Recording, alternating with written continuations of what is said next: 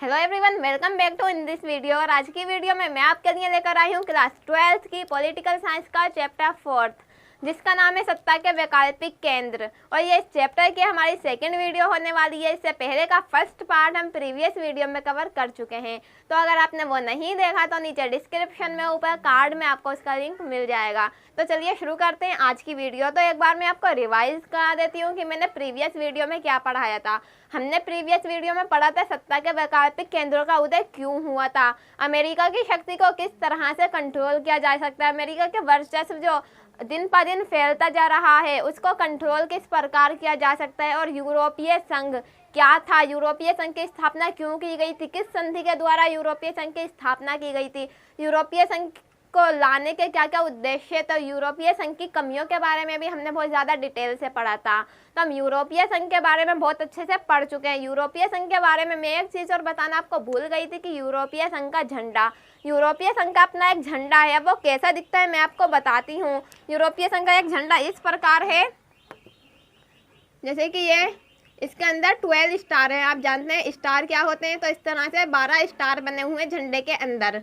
तो यह है यूरोपीय संघ का झंडा। यूरोपीय संघ के जो स्टार हैं वो एकदम चमकीले हैं, मतलब कि चमकदार के प्रतीक हैं कि उसमें बहुत ज़्यादा चमक है। इसका मतलब कि बहुत ज़्यादा शाइन है, वो दुनिया में बहुत ज़्यादा चमकता है, मतलब बहुत ज़्यादा विकास कर रहा है हमारा यूरोपीय संघ। जैसे कि हमने प्रीवियस वीडियो में बहुत डिटेल से पढ़ा था कि वो बहुत दुनिया की सबसे बड़ी अर्थव्यवस्था रह चुका है कब, 2005 में। और यूरोपीय संघ की मुद्रा जो है यूरो, वो अमेरिकी डॉलर के लिए भी खतरा बन सकती है। तो इसलिए यूरोपीय संघ बहुत ज़्यादा पावरफुल है, बहुत ज़्यादा शक्तिशाली है। तो अब हम यूरोपीय संघ के बारे में बहुत ज़्यादा अच्छे से पढ़ चुके हैं। तो हमारा सत्ता का जो दूसरा वैकल्पिक केंद्र है वो क्या है, आसियान।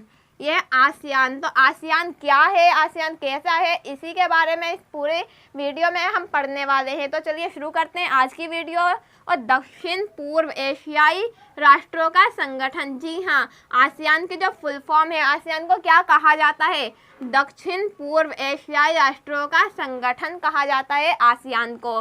जैसे कि आसियान आप देख सकते हैं हिंदी में भी लिखा है, इंग्लिश में भी लिखा है। तो इन तीनों नामों का बहुत अच्छे से याद कीजिएगा, क्योंकि एग्जाम में किसी भी टाइप में आपको दे सकते हैं, या तो दक्षिण पूर्व एशियाई राष्ट्रों का संगठन के नाम से दे सकते हैं, या फिर आसियान के नाम से हिंदी में, या फिर इंग्लिश में भी आपको एग्जाम में पूछा जा सकता है। तो हम जान लेते हैं कि आसियान क्या है। अगस्त 1967 में इस क्षेत्र के 5 देशों इंडोनेशिया, मलेशिया, फिलीपींस, सिंगापुर और थाईलैंड ने बैंकॉक घोषणा पत्र पर हस्ताक्षर करके आसियान की स्थापना की थी। यह दक्षिण पूर्व जो क्षेत्र है, इस क्षेत्र के 5 देश थे। कौन कौन से, इंडोनेशिया, मलेशिया, फिलीपींस, सिंगापुर और थाईलैंड। इन 5 देशों ने बैंकॉक के घोषणा पत्र पर हस्ताक्षर किए थे, जिसके बाद आसियान की स्थापना की गई थी, आसियान को बनाया गया था। 5 देशों ने इसकी स्टार्टिंग की थी। कब की थी, अगस्त 1967 में आसियान की स्थापना की गई थी। 5 देशों ने मिलकर इसकी स्थापना की थी। तो इन 5 देशों के नाम आपको याद करने बहुत ज़्यादा ज़रूरी हैं। यह 5 नाम है, आप इनके नोट्स बना सकते हैं, इनको कहीं पर भी लिख सकते हैं और इन्हें याद कर सकते हैं। अब हम सेकेंड पॉइंट जान लेते हैं। बाद में Brunei, Darussalam, Vietnam, Laos, Myanmar और कंबोडिया को शामिल किया गया। जी हाँ, जब इसकी स्टार्टिंग हुई थी तो इसमें 5 सदस्य शामिल थे, हम पढ़ चुके हैं। पर बाद में इसमें Brunei, Darussalam, Vietnam, Laos, Myanmar, Cambodia भी शामिल हो गए थे। इस टाइम जो है इनकी संख्या 10 है। जब इसकी स्टार्टिंग हुई थी तब इसकी संख्या 5 थी, यानी कि देशों की संख्या टोटल 5 थी। पर इस वक्त जो हमारा टाइम चल रहा है, इस टाइम जो आसियान के देश हैं उनके देशों की संख्या 10 है। तो आसियान के मुख्य उद्देश्य, अब हम जानेंगे कि आसियान के मुख्य उद्देश्य क्या हैं, कि आसियान को क्यों बनाया गया था, उन सब के बारे में हम पढ़ेंगे। तो चलिए जान लेते हैं उनके बारे में। सदस्य देशों का आर्थिक विकास तेज करना। जो सदस्य देश हैं हम पढ़ चुके हैं कौन कौन से सदस्य देश हैं, तो इन सब देशों का आर्थिक विकास और तेजी से करना। आप जानते हैं अर्थव्यवस्था एकदम से नहीं संभाली जा सकती, हमारी आर्थिक व्यवस्था एकदम से तेज नहीं हो सकती। जैसे कि अभी हम जानते हैं कि कोरोना वायरस का टाइम आया हुआ है, कोरोना वायरस जैसी महामारी पूरी दुनिया में फैली हुई है। तो आप जानते हैं कि भारत की अर्थव्यवस्था को कितना ज़्यादा नुकसान हुआ है, और सिर्फ भारत की नहीं बल्कि पूरा विश्व की अर्थव्यवस्था को बहुत ज़्यादा नुकसान हुआ है। तो इसी तरह से अलग अलग टाइम आते रहे हैं और देशों की अर्थव्यवस्था को नुकसान होता रहा है। तो इसीलिए अर्थव्यवस्था को और ज़्यादा तेज़ी से बढ़ाया जा सके, उसी के लिए आसियान की स्थापना की गई। तो आसियान में जो भी देश शामिल थे उसके विकास को, उसके अर्थव्यवस्था को और ज़्यादा तेज करने के लिए आसियान की स्थापना की गई थी। अब हम सेकंड पॉइंट जान लेते हैं। इसके द्वारा सामाजिक और सांस्कृतिक विकास हासिल करना। आसियान के द्वारा सामाजिक और सांस्कृतिक विकास हासिल करना है। जी हाँ, आसियान के देशों का सिर्फ यही मकसद है कि आसियान के द्वारा वे सांस्कृतिक और सामाजिक विकास हासिल कर सकें, कि उनका भी वर्चस्व दूसरे देशों में हो सके, उनके भी वस्तुओं का उत्पादन, उनकी भी वस्तुओं का इस्तेमाल दूसरे देशों में हो सके। और देख लेते हैं कानून के शासन और संयुक्त राष्ट्र संघ के नियमों का पालन करके क्षेत्रीय शांति और स्थायित्व को बढ़ावा देना। अब आसियान का क्या उद्देश्य है? आसियान चाहता है कि कानून के शासन, जो हमारा कानून है और जो हमारा शासन है, और संयुक्त राष्ट्र संघ या यूएनओ है हमारा संयुक्त राष्ट्र संघ, तो यूएनओ के नियमों का पालन, कानून के नियमों का और संयुक्त राष्ट्र संघ के नियमों का पालन करके क्षेत्रीय शांति का मतलब है कि ये देश जो हैं इनके अंदर की शांति को बरकरार रखना, इनको बढ़ावा देना, कि शांति को और ज़्यादा बढ़ावा देना। ये जो भी देश हैं आसियान में, जो भी देश शामिल है, वो लड़ाई झगड़ा युद्ध कुछ भी नहीं चाहते, बल्कि ये सारे देश शांति पसंद हैं, शांति चाहते हैं कि हर देश में शांति स्थापित हो। उसी के लिए, उसकी एक पहल करने के लिए इन्होंने आसियान की स्थापना की थी, और आसियान इस काम में बहुत ज़्यादा सफल हुआ है। आसियान के जितने भी देश हैं उनमें लड़ाई झगड़े युद्ध वगैरह बहुत कम होते हैं, वहाँ पर शांति स्थापित है। अब हम आगे देख लेते हैं आसियान शैली। पेपर में अक्सर यह क्वेश्चन पूछा जाता है कि आसियान शैली क्या है। तो चलिए अब एक बार देख लेते हैं कि आसियान शैली किसे कहा जाता है। अनौपचारिक, टकराव रहित और सहयोगात्मक मेल मिलाप का नया उदाहरण पेश करके आसियान ने काफ़ी यश कमाया है। इसे ही आसियान शैली कहा जाने लगा।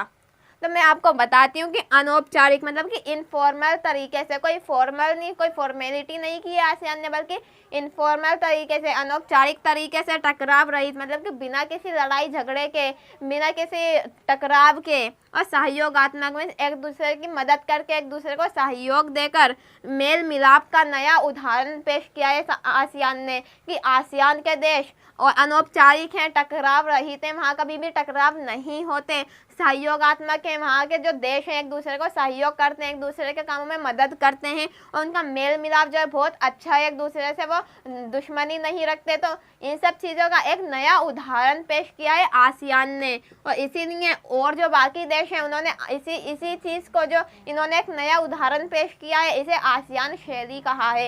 इसी चीज़ को आसियान शैली के नाम से जाना जाता है, कि अनौपचारिक, टकराव रहित, सहयोगात्मक मेल मिलाप का नया उदाहरण पेश करने को ही आसियान शैली कहा गया है। तो आई होप आपको बहुत अच्छे से समझ आया हो कि आसियान शैली किसे कहा जाता है। अब हम आगे देख लेते हैं आसियान के प्रमुख स्तंभ। अब ये है कि आसियान के प्रमुख स्तंभ कहते हैं कि एक टाइप का खंबा, एक टाइप की मजबूती को स्तंभ कहा जाता है। तो आसियान के जो मतलब कि मजबूती है वो क्या है, किस चीज़ में उसकी मजबूती है, किस चीज़ में उसकी पावर है। तो देखते हैं आसियान सुरक्षा समुदाय।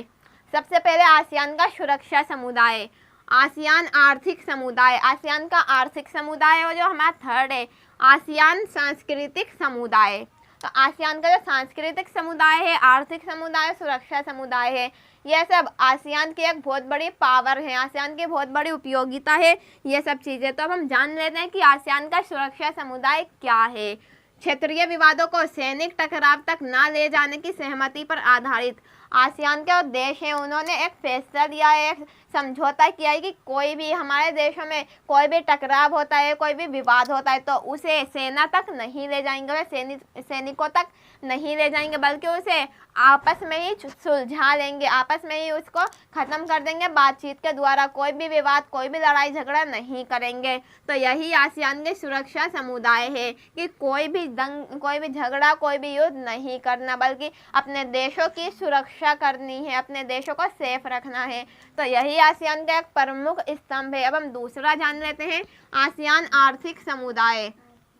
तो आसियान आर्थिक समुदाय का उद्देश्य है देशों का साझा बाजार और उत्पादन आधार तैयार करना। साझा बाजार मतलब कि जिसमें सभी लोग शामिल हो, सारे देश शामिल हो, एक ऐसा बाजार जहाँ पे हर किसी की वस्तुएं हो, एक देश का वर्चस्व ना हो, बल्कि साझा बाजार हो, और उत्पादन आधार तैयार करना हो। जी हाँ, उत्पादन का आधार तैयार करना हो, बहुत अच्छी अच्छी चीज़ें बनानी हो, अच्छी क्वालिटी की, बेस्ट क्वालिटी के गुड्स तैयार करने हो। तो यही आसियान के आर्थिक समुदाय का उद्देश्य है। और हम देख लेते हैं इस क्षेत्र के सामाजिक और आर्थिक विकास में मदद करना। जो भी आसियान में देश हैं उन सब के सामाजिक और आर्थिक विकास में मदद करना आसियान के देशों का उद्देश्य है। ये एक दूसरे के सहयोगात्मक है, एक दूसरे की मदद करने में बहुत ज़्यादा कारगर हैं। जितने भी देश आसियान में शामिल हैं सब एक दूसरे की भरपूर मदद करते हैं, और इसीलिए आसियान आर्थिक समुदाय का यही उद्देश्य है कि एक दूसरे की भरपूर मदद करना, साझा बाजार तैयार करना। अब हम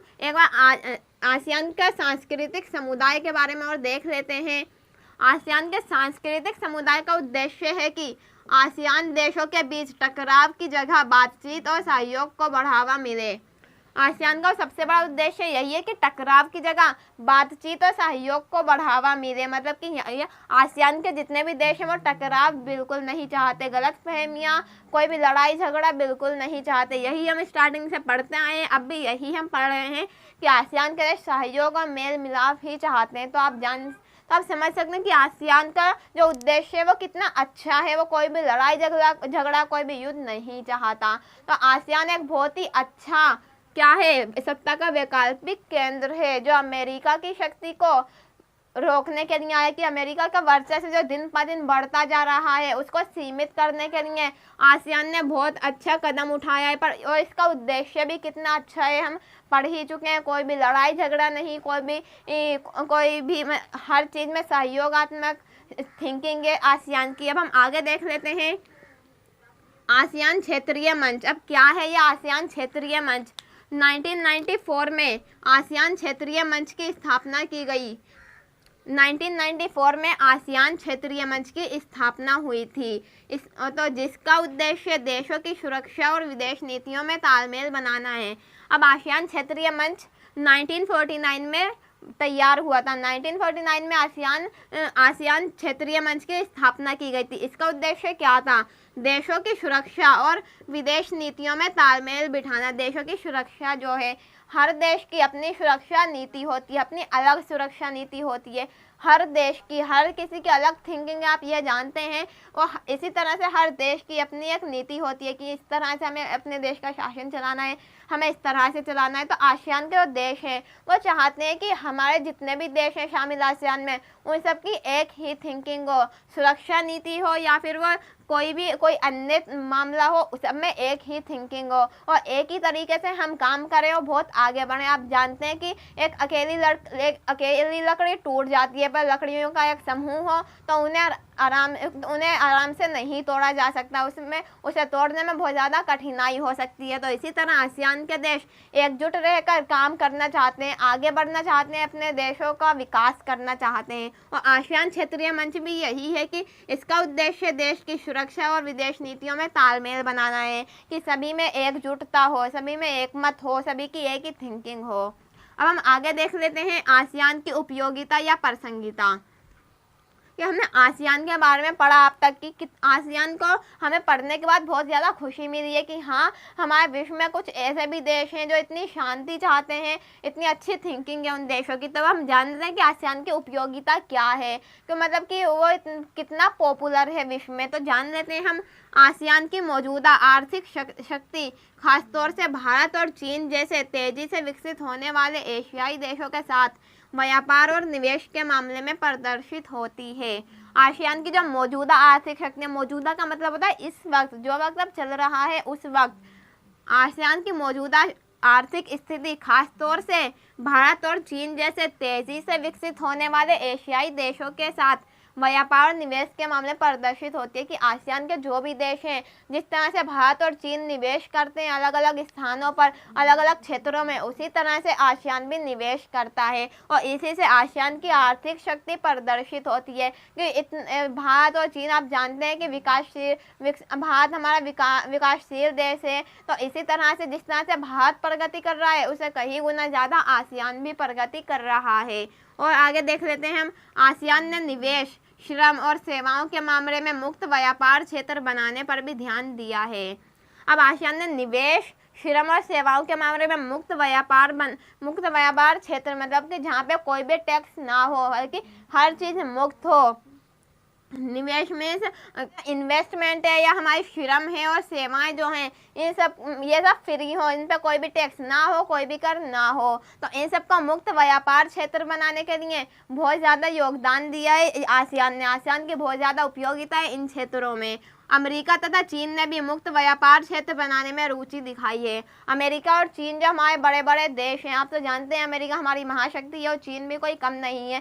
चीन भी एक अच्छी शक्ति के रूप में उभर रहा है आजकल।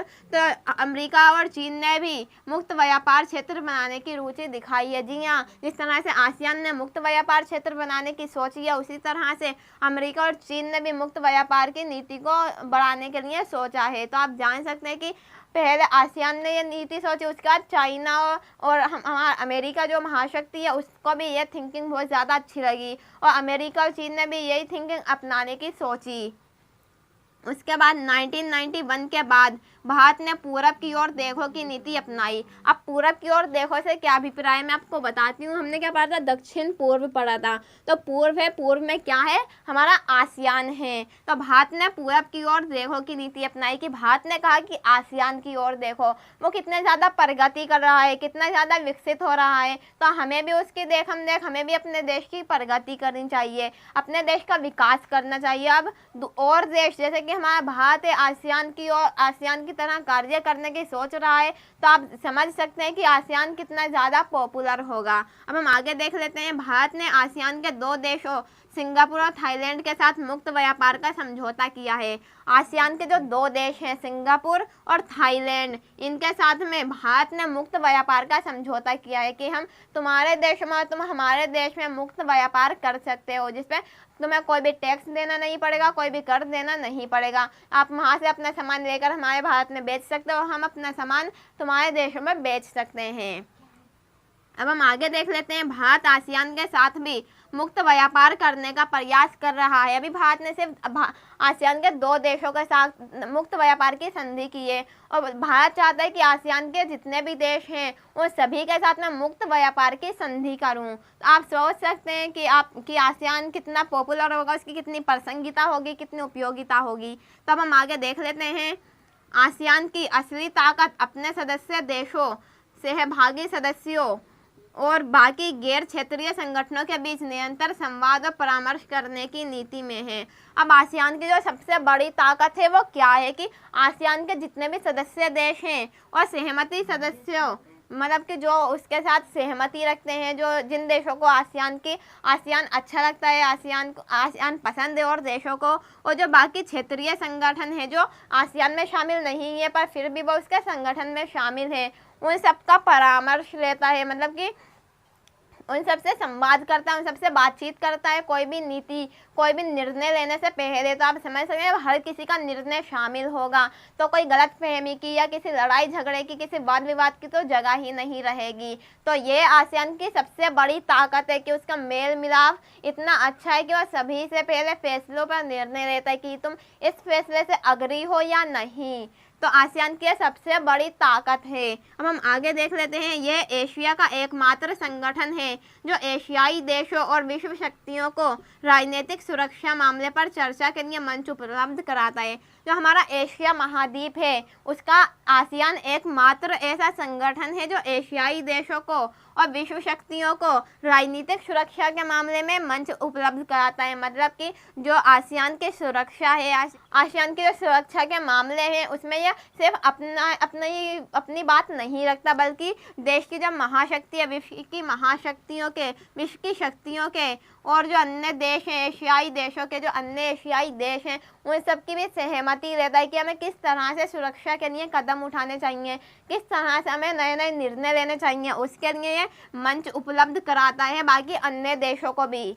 और आगे हम देख लेते हैं, हाल ही में भारतीय प्रधानमंत्री ने आसियान देशों की यात्रा की थी। जी हाँ, अभी ज़्यादा टाइम नहीं हुआ है, कुछ सालों पहले ही हमारे भारतीय प्रधानमंत्री नरेंद्र मोदी जी ने आसियान के देशों की यात्रा की थी। आप जानते हैं कि भारत के जो हमारे प्रधानमंत्री हैं नरेंद्र मोदी जी, वो कितनी ज़्यादा देशों की यात्राएँ करते हैं। तो उसी तरह से प्रधानमंत्री मोदी जी ने आसियान के देशों की भी यात्राएँ की हैं और अभी ज़्यादा टाइम नहीं हुआ है उसको, तथा विभिन्न क्षेत्रों में सहयोग बढ़ाने पर समझौते किए हैं। तो हमारे प्रधानमंत्री ने विभिन्न क्षेत्रों पर समझौते किए हैं कि हम यहाँ पर सहयोग बढ़ाएंगे, अपना सहयोग देंगे इन क्षेत्रों में। तथा पूर्व की ओर देखो नीति के स्थान पर पूर्वोत्तर कार्य नीति एक्ट ईस्ट पॉलिसी की संकल्पना प्रस्तुत की। हमने क्या देखा, 1991 में भारत ने पूरब की ओर देखो नीति अपनाई थी, पर जब हमारे नरेंद्र मोदी जी आसियान के देशों का दौरा करते हैं उस वक्त इन्होंने पूरब की ओर देखो नीति को बदलकर पूर्वोत्तर कार्य नीति के नाम से इसे रख दिया। जी हाँ, इसका नाम चेंज कर दिया श्री नरेंद्र मोदी ने। पूर्वोत्तर कार्य नीति, जिसे इंग्लिश में एक्ट ईस्ट पॉलिसी का नाम से जाना जाता है, इसका नाम यह रख दिया। तो आपको ये बहुत अच्छे से याद रखना है कि पूरब की ओर देखो नीति का नाम बदलकर क्या हुआ, पूर्वोत्तर कार्य नीति, इंग्लिश में कहें तो एक्ट ईस्ट पॉलिसी।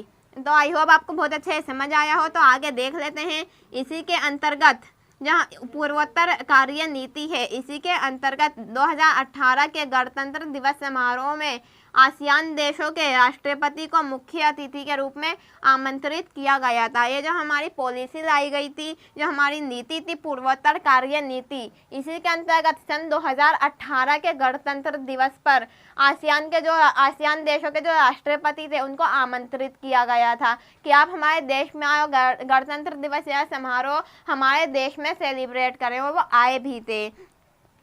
उसके बाद आता है आसियान विजन 2020।